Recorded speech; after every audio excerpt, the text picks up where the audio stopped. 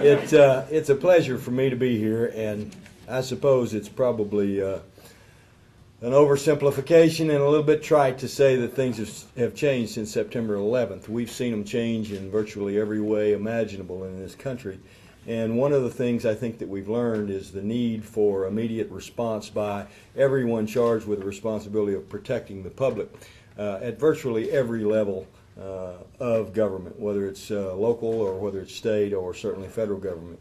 Subsequently, we've seen in other activities, as has been mentioned, the need after Katrina for people to realize and recognize that the first ones on the scene inevitably are going to be state and local resources to be able to respond. The federal government certainly has a role to play, and we're very grateful for those federal agencies that are here and those federal components, or national components, if you will, that have provided so much impetus for us to be able to stand in front of you and celebrate this Emergency Operations Center today. Nevertheless, even though we're very grateful to those federal agencies and those federal entities, we nevertheless recognize that it is our own responsibility to be there first and to respond most quickly to the needs of our people. And we don't shirk from our own responsibility.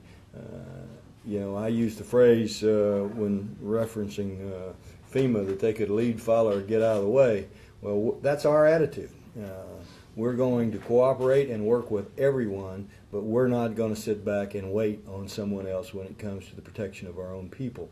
And so we're here today with the Division of Health to celebrate this Operations Center and to go through it, recognizing full well that all of us know that in the event of any of a variety of potential disasters or crises for our people, that we have to be as prepared as possible. We also recognize that this is an adjunct and a supplement to working hand in hand with our Department of Emergency Management.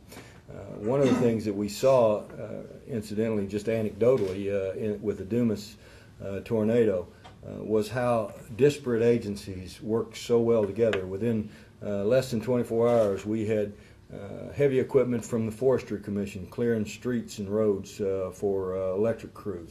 We had over 100 guardsmen on the streets restoring order and providing protection. We had over 50 state troopers immediately dispatched.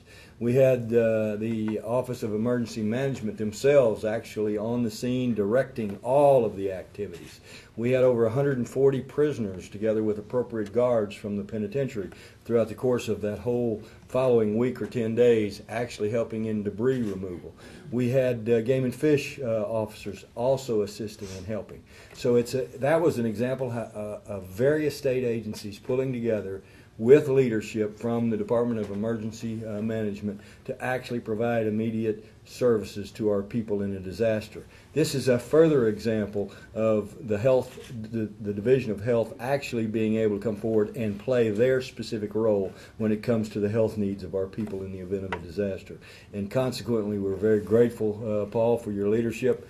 We're very grateful for your leadership as well, John, and for all of the people throughout the Division of Health who have made this thing possible. And all of us will be better prepared in the event of a health emergency through the activities and the creation of this center. It is my pleasure to be here. I look forward to looking at some of the state-of-the-art technology involved, and I'll yield. Thank you.